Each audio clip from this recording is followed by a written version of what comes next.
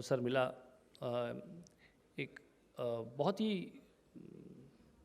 Sincere, जिसे मैं कहूँगा, मुझे लगता है ये पूरा, मैं अभी सुभाष जी को कह रहा था कि हम लोग बहुत अवार्ड्स वगैरह में जाते हैं, देखते रहते हैं, लेकिन उसके अंदर एक जो उसका जो मूल है, उसकी जो मूल भावना है, वो इतनी साफ है, और उस सोच को लेकर आगे बढ़ना और उस सोच से एक लोगों को प्रेरित करना, आने वाली जो हमारी पीढ़ी है उसे प्रेरित करना, ये बहुत ही एक महती कार्य आप कर रहे हैं, और इसके लिए मेरा बहुत बहुत आपको धन्यवाद।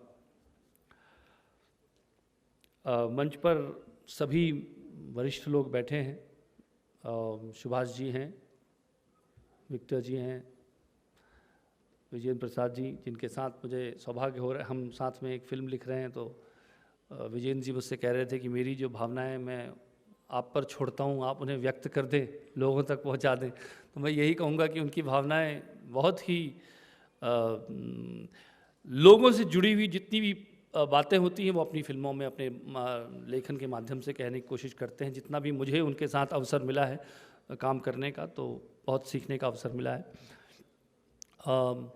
आलोक जी से तो खैर आपके ही करता धरता ही हैं, और इसके अलावा मंच पर मनोज तिवारी जी हैं, जिनका सुर अभी गूंज रहा था यहाँ पे, और ऐसा हो नहीं सकता वो हों और वो गूंजे ना, तो वो गूंज रहे हैं अभी तक। कृष्णम राजू जी, नमस्कार आपको, रेबेका जी को, और हमारे चेयरमैन हैं जो अपने अजय जी, जो हमारे स्पाइस जेट के हमारे पुराने मित्र, तो सभी को मेरा अभिवादन है। मैं सोच रहा था कि जब आप जड़ों की बात करते हैं, तो मैं सोच रहा था कुछ, क्योंकि मेरा लेखन से नाता है, तो मैं कविता से शुरू करता हूँ अपनी बात कि उखड़े उखड़े क्यों हो वृक्ष सूख जाओगे, उखड़े उखड़े क्यों हो वृक्ष सूख जाओगे, जितनी गहरी जड़ें तुम्हारी उतने ही तुम हरियाओगे।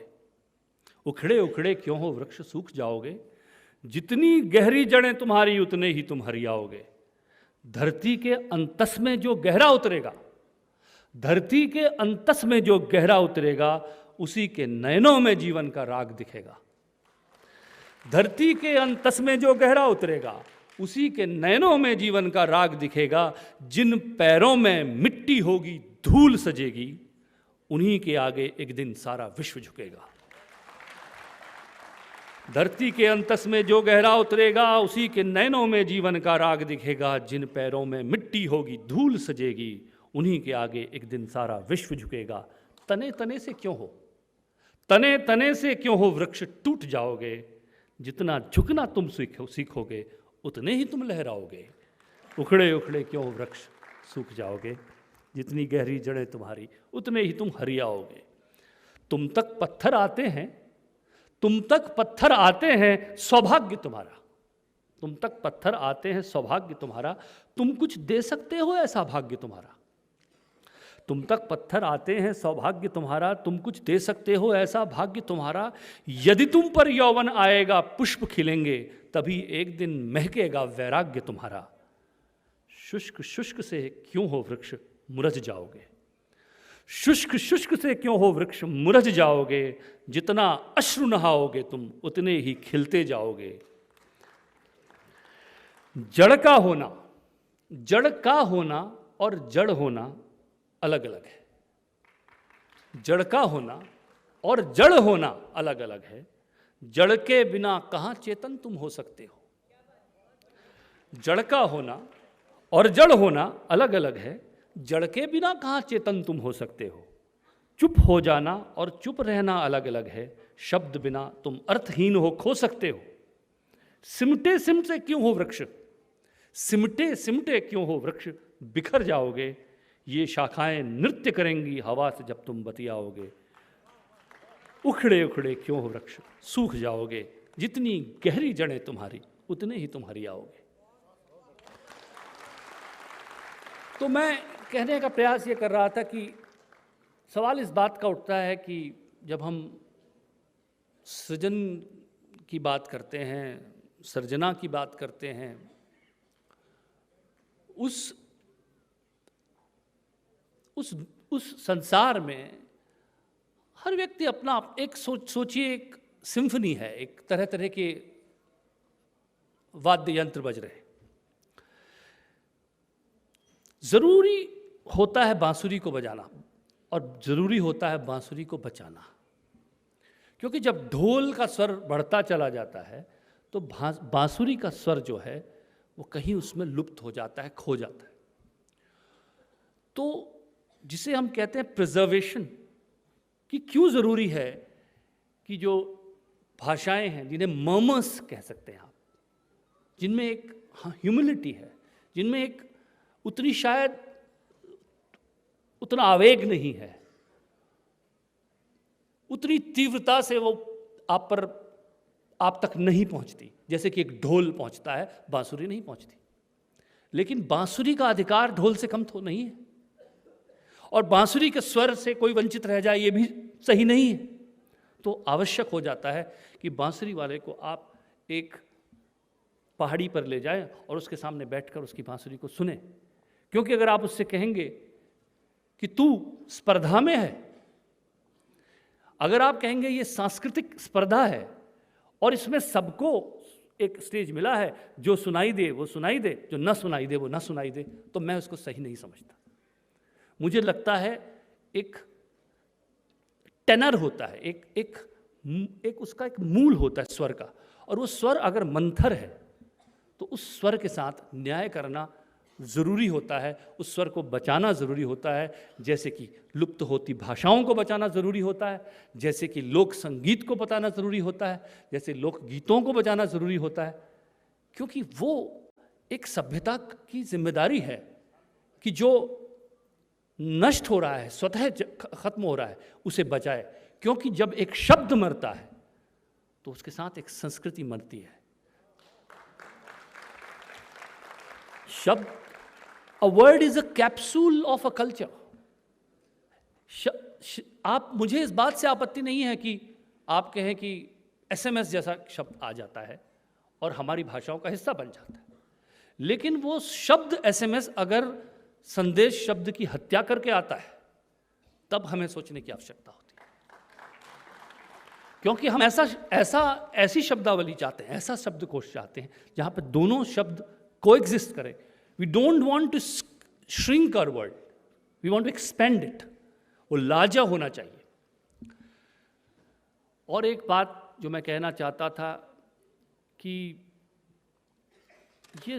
ये कोई मुझसे बाहर टेलीविज़न चैनल के सदस्य थे, वो पूछ रहे थे कि हमारी फिल्मों में हम ज़्यादातर जब अपनी संस्कृति का एक रूप देखते हैं तो वो काफ़ी एक फॉर्मुलेक होता है, रेपिटेटिव होता है, कि आपने संस्कृति के नाम पे 2-4 चीज़ें दिखा के आपको लगा कि ये भारतीय संस्कृति है, उसका एक ही रूप आपको दिखाई देता है। वो गलत या सही, मैं उस पर कोई टिप्पणी नहीं करना चाह रहा। वो इसलिए होता है क्योंकि जब आपने वो संस्कृति जी नहीं है तो उस संस्कृति को आप अभिव्यक्त कैसे करेंगे? परिलक्षित क्या होगा? परिलक्षित वही होगा जिसके साथ आप पले बड़े हैं, जो आपके अवचेतन में कहीं बैठ गया है, वही परिलक्षित होगा। तो आवश्यक यह है कि इस तरह के जो आयोजन हैं उनके माध्यम से हमारे देश में जो विभिन्न प्रांत हैं, क्षेत्र हैं, उनसे जुड़े हुए लोग, वहाँ से निकले हुए लोग फिल्में बनाएं और अपनी बात को कहें। और जब वो अपनी बात को कहते हैं तो उसमें एक आभा होती है, उसमें एक अनुभूत सत्य होता है जो आपको अंदर तक आपके उतरता है, और उसमें एक ऑथेंटिसिटी होती है, प्रामाणिकता होती है। वो तभी आएगी जब आप बोरोड रियलिटी नहीं लिखेंगे। वरना कई ऐसे लोग हैं जिन्होंने कभी किसान नहीं देखा, उन्होंने किसान सिर्फ फिल्मों में देखा है, और वो फिल्मों में देखकर एक और किसान बनाते हैं। तो जब तक एक किसान के एक परिवार से एक व्यक्ति निकलकर फिल्म नहीं बनाएगा तो उसका सत्य और उसकी जो पैरों की दरारें हैं वो सामने नहीं आएंगी। इसीलिए इस तरह के आयोजनों का मैं स्वागत करता हूं। मुझे लगता है कि ये बहुत अच्छा प्रयास है, और क्योंकि जब हम बाहर जाते हैं और अपनी संस्कृति की बात करते हैं तो कहीं सिमट कर वो संस्कृति 2-4 चीज़ों में वो हमें व्यक्त होती दिखाई देती है और विश्व को ऐसा सा संदेश आता है कि ये संस्कृति इतनी सी है, जबकि ये देश इतनी विविधताओं का देश है और इसका अतीत इतना सम्माननीय है और इतना गौरवशाली है कि वो अतीत कहीं ना कहीं आपको परिलक्षित होना ही चाहिए, और वो नहीं होता है तो ये सिर्फ इस देश का या उस व्यक्ति का नुकसान नहीं है, ये सारी मनुष्य जाति का नुकसान है कि एक सभ्यता जिसमें इतना कुछ कहने को है और वो सिर्फ संकुचित होकर सिकुड़ कर 2-4 चीज़ों पे लिमिट हो जाए। तो मुझे लगता है कि इसके प्रयास के लिए मैं बहुत बहुत बधाई देता हूँ। और अंत में यही कहूँगा कि जैसे कि बॉलीवुड का वो सजेशन अभी सुभाष जी ने दिया, वो बहुत अच्छा सजेशन है। ये सब ऐसा नहीं है कि हम लोग बहुत टची हो रहे हैं, या मैं समझता हूँ कि शुरुआत जब आप करते हैं तो आप उसमें एक सेल्फ प्राइड अगर होता है तो वो एक बहुत अच्छी चीज़ है। ये नहीं कि वो कोई लड़ाई है, किसी ने बॉलीवुड कह दिया तो और हम इतने नाजुक हैं और कांच से हैं कि छूटे ही चटक जाते हैं, ऐसा नहीं है।